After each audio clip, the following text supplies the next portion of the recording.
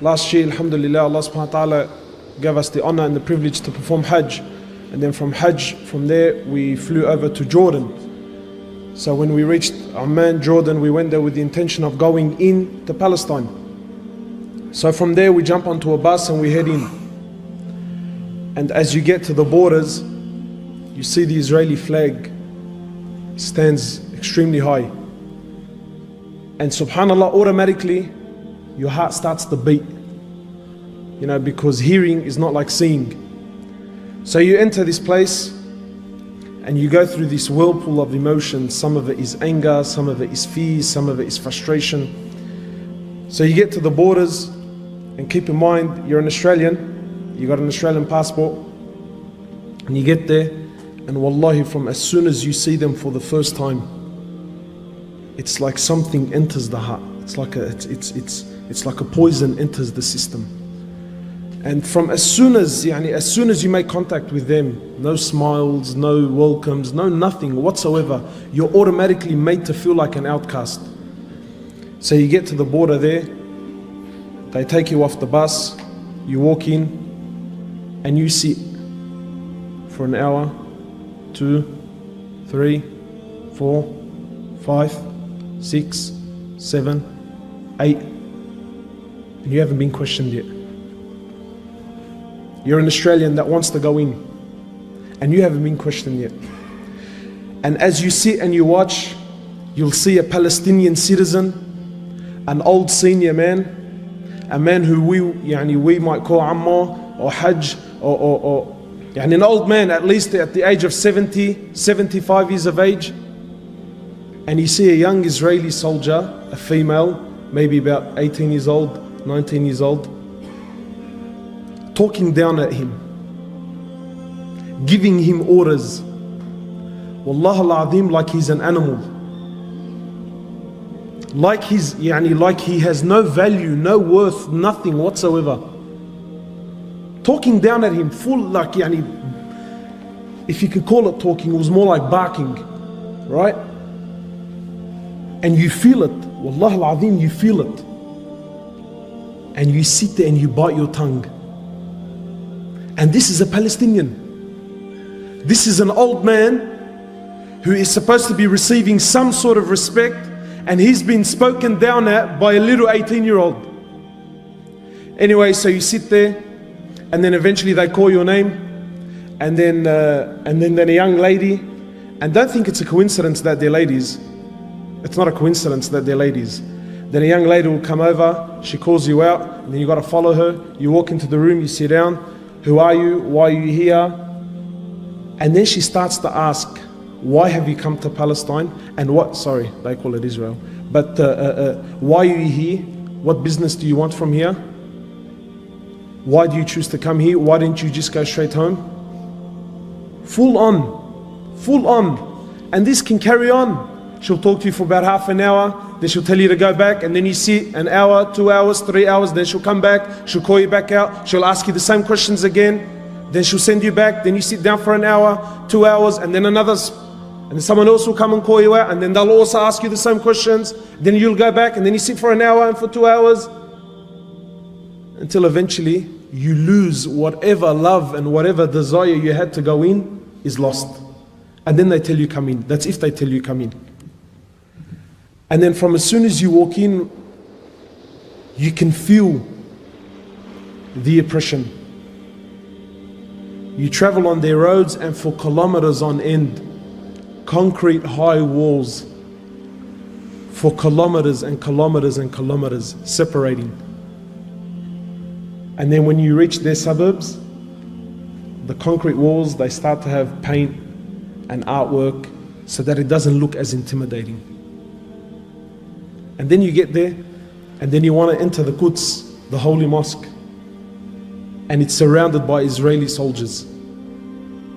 So you come to walk in, you got to show your passport, proof of ID, and there's a man there, an Israeli, holding a fully automatic weapon, and I need to justify myself to him to why I need to enter the Masjid of Allah. Anyway, so you walk in, you show your ID, you go in there, and you walk into the Quds. And wallahi, it's like the walls are crying. there's no youth. Because they don't allow them. No youth. You walk in and they have a stand, a glass stand with a collection of bombs, grenades, shells, things that have been fired into the masjid over the period of years. You look at the shells made in the USA. Anyway, so you pray your Isha and maybe now you're thinking maybe I'll stay and make some dua. No, you can't stay, brother. Why? Because they got to lock up the masjid. 9:30, everyone's got to get out. But who does the final inspection? They do. Do you think they honor the masjid and take their shoes off? They walk in. And while all this is you can absolutely say nothing. And then you speak to the local and you tell him, how come, how come where's all the Muslims? How come there isn't more people? He tells you, brother, I have to show my passport and my ID 5 times before I reach the doors of the masjid. This is a citizen. He has to show his ID and his passport 5 times before he can reach the masjid.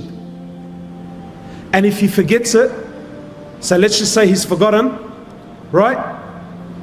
He can get charged. He falls into harm.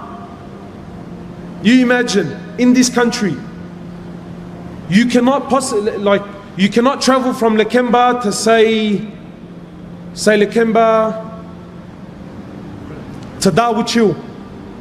Say from Lakemba to Darwich. You get stopped twice. This is for the citizen, never mind the tourist. The citizen, his own country, he gets stopped twice. And twice he has to stop, prove who he is, get out of the car. If his wife is with him, she also has to get out of the car. The car's got to get inspected. Every single day. And if this brother has to go to Darwich twice, 3 times, 4 times, it's the same guard. He's seen him the first time. He's seen him a couple of hours ago.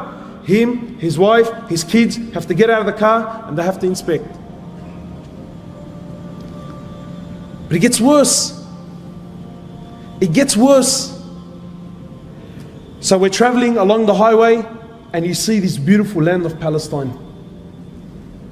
And in the midst you see this odd object, this object that has nothing to do with the surroundings. And it's a container. Just a container that's sitting in the middle of bush. You think, how did that possibly get there? You know what it is, brothers? It's Palestinian land that some Jewish person puts his container on there, but it doesn't do anything. And it sits for a month, 2, 3, a year, 2 years, until it becomes normal to you. Until the Palestinians no longer question the container.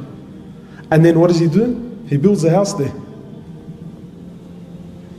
It's become his land. That blunt, it's not, it's bluntly. And you see these little containers everywhere.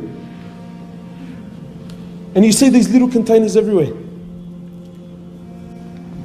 When we went to Masjid al-Khalil, that's where our Prophet Ibrahim alayhi salatu wasalam is buried. Masjid al-Khalil was a masjid that belongs to the Muslims. In 1994, Salat al-Fajr, the Muslims were there praying Salat al-Fajr. A Jew from the States, a doctor, walks in and opens fire to the Muslims that were praying. While in sujood, kills 30 and wounds 125. So what do you think happened? I'll tell you what happened. They closed off the mosque. They made an investigation. You know what the result of the investigation was? They turned half of it into a synagogue. And this, whatever you want to call him, his grave became a shrine. And extremist Jews used to go there and make pilgrimage at his grave. A hero. You know, my brothers, wallahi, when you visit Palestine, it's not like hearing about it and seeing it on TV. You see the oppression in the eyes of the Muslims. Wallahi, you see it. And you can see in their eyes that they've given hope in the Muslims. You know, they talk about Islam. You know, when you go there, you feel the presence of Salah ad-Din al-Ayyubi. And you feel the presence of Umar ibn al-Khattab. The reality is that they want you to forget about Palestine. And that's the truth. They don't want you, they don't want your money, they don't want your tourism, they want nothing. You and this place needs to finish. And so long as this place is not in the eyes of the Muslims, it's not in the hearts of the Muslims, then for them this is good. Have you ever asked yourself, why is it we know so little about Palestine? I'll end with this. This was a request of the Imam of Masjid al-Quds. He said to me, please go back and tell the youth of Islam to come and visit this place. He said, come and visit. Jazakallah khairan.